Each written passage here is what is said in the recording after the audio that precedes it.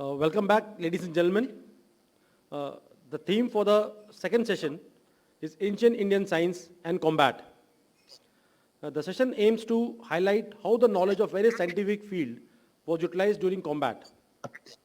The theme will focus on Yuddha Vidya, Dhanur Vidya, science behind war chariots, ancient Indian medicine system for treating soldiers, and how false history has been used as a weapon by our competitors and adversaries. Now, starting with the first sub-theme, and that is history as a false weapon. And to speak on the subject, we have Professor C.K. Raju once again. He is an honorary professor at Indian Institute of Education. And since we have already heard him both as a speaker and moderator in session 1, without taking any time, I now hand over to Professor Raju. Sir, over to you. You may kindly unmute yourself and share your screen. Thank you, sir.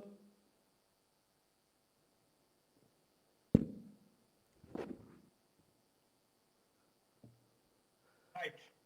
Yes, sir, we can see you and we can see your screen, sir. Okay. So thank you very much once again. And it is actually false history as a weapon of soft power. So thank you once again to Army War College and Colonel Mishra. I have only 20 minutes and this is after lunch, so don't go off to sleep. I'll try to go fast. So the first question that I want to ask is, you heard all these things, great things that Indians had. High technology, this, that, etc., etc. How did a handful of Britishers rule over us for so long? Such a vast country, so few. So they never came with a big army, and they died like flies because of bad navigation and diseases. 30% of them used to die on each trip to India. How did they rule us for so long? Excuse me, sir. Kal Mishra here, sir. Yeah. Sir, can you put on your headphone, please, sir? Your voice is slightly cracking, sir. Voice is cracking. Yes, sir. The headphone. Can you hear me now? Yes, sir. Okay. Thanks. So Indians had better numbers, better steel technology, better ships, better navigation, better cannons. How did we lose so badly? And how did we remain trapped? So that's the question. Now I will emphasize that the weakness of the would-be colonizers. So look at the governor of the British East India Company, and you see how he is prostrating himself before Aurangzeb, kissing the ground in front of him. This was the state of the British East India Company after Child's War. So they were frightened. The pirate Avery attacked Aurangzeb's ship, Ganji Sawai, and he threatened to retaliate. And the British were so frightened that they passed a law in Parliament declaring Avery as an enemy of humanity. And they paid a fine to Aurangzeb. So they were extremely weak militarily when they came. And you can also see that from the fact that it took them over 250 years. That's, a quarter of a millennium from the time of Vasco da Gama's arrival to their first victory, the 1757 battle. And that was won by bribing the opposing army. It was not due to any technological superiority. They just bribed. This is an old-fashioned technique. And the money for the bribes came from the Calcutta merchants. They didn't even have money. They just made promises. So the point is their weakness persisted even after they won. And they were so easily overthrown in the uprising of 1857. So the point is the colonizer had a new weapon. Colonizer used soft power to make up for weakness in hard power. And that soft power was provided by the church. Colonial rule involved the state-church partnership of hard power plus soft power. And Indians never understood that. See, in the morning session, we are talking about how Europeans did not understand Indian mathematics. And Indians did not understand Europeans' methods of ruling. That is why we still are in awe of them. And let me clarify that the church is a political entity, which is quite distinct from the religion, Christianity, which it claims to represent. And the church ruled for over 1,000 years without weapons. And it had to, if it ruled without weapons, that is soft power. Okay, and with the help of myths and superstitions. And the point is, the colonized never imagined that the myths and superstitions would be spread through mathematics and science. He thought myths and superstitions are about other things, not about mathematics and science. He did not believe it till now, still don't know it. All right, so there are many misconceptions about soft power. You know, some people say, oh, you have yoga. It's yoga. Why do you call it yoga? You know, so that is, or they think that science is at war with the church. Stories, false stories. So power is about control. And if somebody eats Indian food, that doesn't give you control over him. The colonial soft power comes from control of the colonized, of the minds of the colonized. And that control is established through the education system. All right, there's prolonged indoctrination, anything from 10 to 21 years, starting from a very young age. And we fell victims to the propaganda. For example, Macaulay, that science is of Western origin. He never checked it. He said, and we believe for 200 years, what kind of stupid people are we? So, on that basis of that lie, we allowed the colonizer access to shape the minds of children of the entire future generation. That was a fatal mistake. As mental slaves, we have lost the freedom to modify the education system, especially in math. As we saw in my earlier talk, you can't change the math education system. So we are what is the superstition? Church superstition of axiomatic method of reasoning, as in rational theology. I won't go into that, but we believe that is superior. We abandoned our mathematics as inferior, as Ganit as inferior. And there is a crusading myth of Euclid, which was used as a facade. Some talk about Greeks, no mention of church anywhere. But where is the evidence for Euclid? Not a single piece of evidence that NCERT is able to provide. Now we can't change the education. Why not? Students can't change it. They just threaten with failure. Teachers can't change it. No, the bureaucracy can't change it. NCERT can't do it. Politicians can't do it. They are ignorant and too afraid to chip in. So I raised the proposal directly with Satpal Singh when he was the Deputy Education Minister at this place, and nothing happened. He said, मेरे हाथ में होता तो मैं कर देता, 1 minute में कर देता. मेरे हाथ में कुछ नहीं है. This is the Union Deputy Education Minister saying, oh, you can take the case of Smriti Irani. Is high school pass or something like that. How can she change the education system? Very hard. And professional mathematicians cannot do it because their livelihood depends on it. So we are caught in a bind. Gave away the education system, now we can't change it back. And most people don't understand how they are trapped mentally. But if you are trapped physically, if they are chains, you can see them. And they blame Macaulay for the education system. It's extremely foolish to blame Macaulay. Why is it extremely foolish? Because the same education system is found in all colonies, not just in India. We are only thinking of India. All across the world, exactly the same education system is found.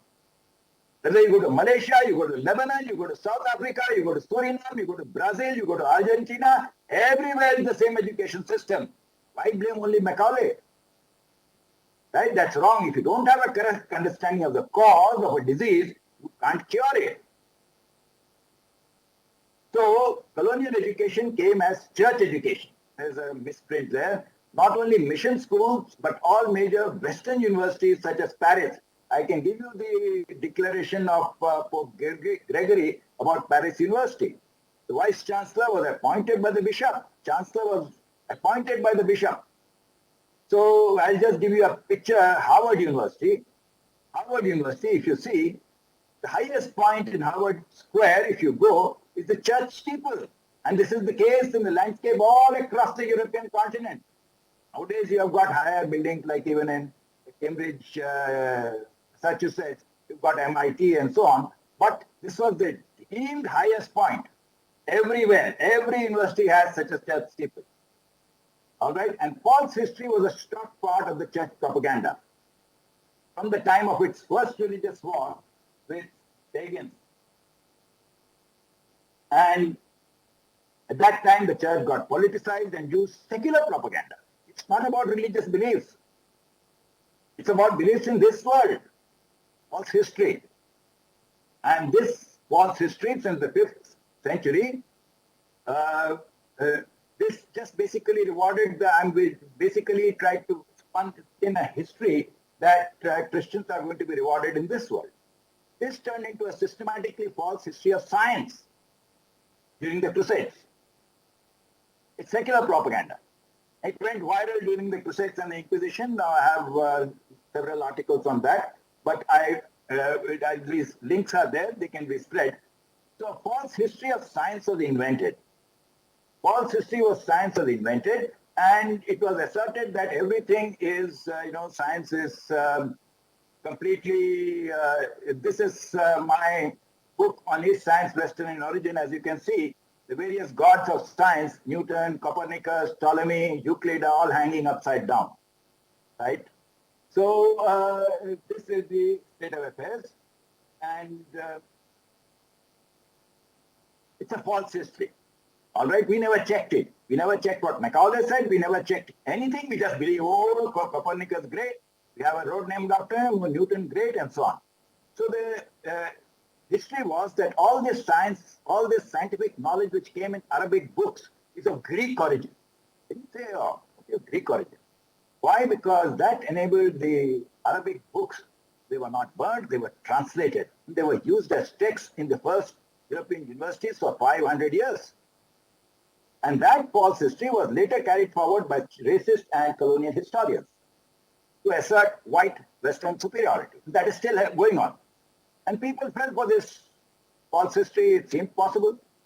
And they learned to worship false gods of science, not any kind of false gods of science. You don't think that has got anything to do with propaganda. Huh? And the gullible colonized just never cross-checked it. They didn't cross-check it when they changed the education 200 years ago. A nation of 1 billion Indians. We did not bother to check the lies that Macaulay told. Nobody has checked it till now. Every sentence of history in his minute is false. And NCERT, what does it say? It's official standards you can't check. Whatever is written in Western books, you must accept. Official stand of NCERT. How can you question the master? And you must accept it without primary evidence. And there is a story of Euclid in the class 9 text. All right, I've offered a prize of, I think I told you the last lecture, 2 lakhs if you can have evidence for Euclid. So nobody, well, here it is. Yeah, there's a prize which has been offered in front of the Malaysian Deputy Education Minister. So point is that we believe in them, we never checked it, we don't have any evidence, and this is a big, big problem. Likewise, the origin of calculus is attributed to Newton, and it is the European theft of calculus which made it so difficult to understand today, because they didn't understand it and we imitate them. But children believe them, and once they grow up, they believe it implicitly and they challenge you. If you are saying something wrong, if you are challenged, Arey Baba, you want to talk history, produce evidence. You can't produce evidence, back it, but NCERT takes an opposite side. We don't want to produce evidence. You must believe. Something wrong with you if you are challenging. And so we stand in awe of the West. So there is a HPS taboo. HPS is History, Philosophy of Science. Because false history was the source of power, the history and philosophy of science is taboo, was never taught to the colonized by the colonizer. They never introduced it as a subject. And we did not change it after independence. There is not a single department of history and philosophy of science in this country.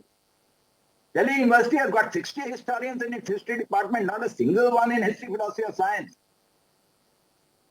No one understood the trick of using history for soft power, false history. Of science. We're talking of science, mathematics. So it is difficult to cross-check today because there are various further tricks that were used. Resolve this false history. First is that you build up a vast secondary literature. All right, huge number of books. You Google Euclid, you will get 1 million hits, more than 1 million hits. And Google will take you to Wikipedia, which will cite secondary sources. Primary sources are prohibited. So it's a tertiary source. All right. So that's build up a huge literature. Somebody wants to talk, that's it. Second trick is mix history and philosophy. The history of science is not like history of war, this guy won, that happened. Philosophical issues are used. So somebody asked a question, I think, why not talk of chronology?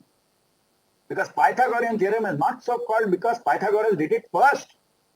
It is called because he did it better. That is the claim. Purportedly did it better. All right, that he gave an axiomatic proof. There's a long article on this, which is Euclid Must Fall, part 2. It has just appeared. So there's a link here. You can take a look at it. The Rant of Civilizational Superiority. This is a talk I gave at Tübingen, Pretoria. So you can look at it. Okay, it's available freely online. So the third trick was teaching ignorance. First trick is building up secondary literature, huge amount of it. Second trick is, mixing history and philosophy. People think history is only about facts and timing and chronology, and they don't realize philosophical issues. Third thing is teaching ignorance. Because the power flows from propagandist narratives, they have to preserve it. And so colonial education teaches ignorance. Colonial education came, why? Science, because science is a source of power. Everybody wants science, and along with that, military power. But why is 1 + 1 = 2? In real numbers, axiomatically, this is my Cape Town challenge for which I offered a prize of rupees 10 lakhs in JNU. Nobody picked it up. I can offer that prize again. From first principle, 1 + 1 = 2. You don't understand it. This is called Bantuization. You learn only enough to what you can use, but don't understand the deeper principles. You are made dependent on somebody else. Want to know what it is? I showed you, I think, last time, Bertrand Russell's proof of 1 + 1 = 2 in 378 pages or something like that. And you don't understand it. So that's called Bantuization. You have to ask an authority who will tell you what is right and what is wrong, even at the level of 1 + 1 = 2. You may have a PhD, this is a top university, JNU in the country, not a single person dared to claim the prize. So you only need to know, and you're happy, oh, we are all social scientists, how does it matter, we don't know any math. Hey, Baba, you should know 1 + 1 = 2 if you think colonial education came for the sake of science. It came for the sake of propaganda to capture your mind. So when you are ignorant, what can you do? You have to rely on authority. The first thing they teach you, oh, everything indigenous is useless, nonsense. Trust only the best. If it comes from Cambridge, it must be true. If it comes from Harvard, it's true. If it is published in Nature, it must be true. Propagandist magazine like Nature. You recall all the amount of propaganda that Nature used to do during the Cold War? That is what all university people are doing. That is where the prestige lies. So you must trust that and you must distrust everything. So you will believe a PhD from Cambridge. You think the PhD from Cambridge knows math and will be honest with you. All right? Check it. My Cape Town challenge, ask the former director of NCERT, Pervin Sinclair. She has a PhD from Cambridge. All right? Let's try it. Let us see if she can do it. So what can be done to cure this? First thing is we must avoid silly counter-propaganda. Things like Vedic math or so on, Indian spacecraft, they are pathetic responses. They only make people laugh. Deep research and study is needed. And that requires a department to study it. Why doesn't the Army War College initiate setting up an HPS unit? Okay, there's a new HPS curriculum that I designed. I anchored a 1-week-long workshop international workshop in Malaysia, and we had a whole lot of people from across the world, and we designed a new curriculum. And I taught it. Taught that new curriculum several times. And there is a whole, there's an interview with the students of the HPS curriculum by Claude Alvarez. So, oh God, everywhere there are, I'm sorry, everywhere there are advertisements. This is without, okay. There's a 2-minute, 27-second video of the students' responses. I don't think I have enough time to show it. So how the false history of science is preserved? The third thing is that after spreading the false belief that science is Western in origin, completely false. So it is preserved by this taboo, by mixing history and philosophy, by teaching ignorance, etc. The only way to break it is public debate. Now the public debate is not easy. I told you, I asked openly, publicly asked the Union Deputy Education Minister, let us have a debate with your expert. He said, मेरे हाथ में कुछ नहीं है, इसके हाथ में है. So this was the Indian tradition, that you decide knowledge by public debate. So you need real experts, not just this guy has got a degree from here, therefore he is an expert. Okay? And then let me come to my conclusion, that systematically false history of science was used to colonize in all the colonizers, was used to Bantuize them so that they are forced to depend on the colonizer, and they never checked the history, and though it came for science, we remain ignorant of even why 1 + 1 = 2, and therefore to judge the truth by using Western history and by using Western experts and distrusting others is not a good idea. So the sole escape is public debate, if it is possible. Thank you very much. Thank you, Professor Raju sir, once again for enlightening us with a very interesting and important facet of soft power in combat. Sir, I think the voice is echoing, sir. I'll request you to kindly mute yourself, please. Thank you, sir. Thank you, Professor Raju sir, for enlightening us on a very interesting and important facet of soft power in combat and how it has been used again since for centuries. The house is now open for questions. We have a question from the hub at War College. Amar?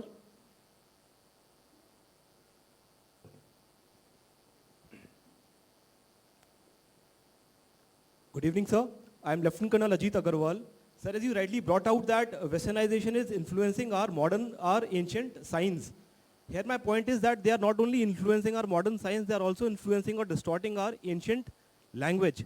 What I mean to say is that our original Devanagari script or our Sanskrit script is getting distorted. What I mean to say here is now Ram is called Rama. Karma is called Karma. So we have given a modern tone to our ancient words. Luckily, sir, we don't call Om as Oma. Otherwise, we would have lost the basic essence of this scientific Sanskrit word. So are we on the way of losing our language too? Or is there a way out? Because as you said that, the education department is helpless. But can we do something about ourselves not making it as a way of life? And what is your call on this, sir? What are your views on this? Thank you, sir. Yeah. So the problem of language crops up repeatedly, and it is a problem in India because we have so many languages in this country. And what we are talking about is the Anglicization, that you imitate the West. And so if the West mispronounces you, like Indian Airlines hostesses always used to speak Hindi with a bad accent, in case you remember those days. So this used to be the situation. Now the point is that language is relatively a minor issue. What we are talking about is science. We are talking about technology and science and mathematics, which are fundamental to it. Now there, if you are lost, it is your own Ganit which you can't use, which you are using wrongly from what you got from the Europeans. There you are totally lost because nobody can correct you. Yoga as yoga, I pointed out. Yes, I agree with you, but that's not a critical factor. But mathematics, if you got it wrong, if you can't do the calculus, you can't build technology, then you are truly and totally lost. For science, you depend on it, you are lost. Thank you, sir. We have one more question from Dr. Ramashankar Polishetty, sir. He's calling from Hyderabad. Yeah. No, this is not a question. I was just wondering, the origin of the words should be taken from Sanskritam instead of our limited understanding, because dharma is the original word. In dharayati itihi dharma is the sutram. 1 second, I'll just. Dharayati itihi dharma is the sutram from the Paniniya and the Saraswatam grammars. So it is not dharma, it is dharma only. Karma, it's not karma, it's karma in the original Sanskritam. So when we use the original Sanskritam, I'm not blaming anyone, I'm just saying the origin. So what do you take origin as? Where do you define? But I think we can debate it elsewhere. You can take a look at it's just a passing comment. Yeah, it's not a discussion, the passing comment. Yeah, so there is no point in discussing that. It's not relevant you, to sir. what I said. Thank you very much, sir. I once again thanks Professor Raju, sir, for a wonderful talk, sir.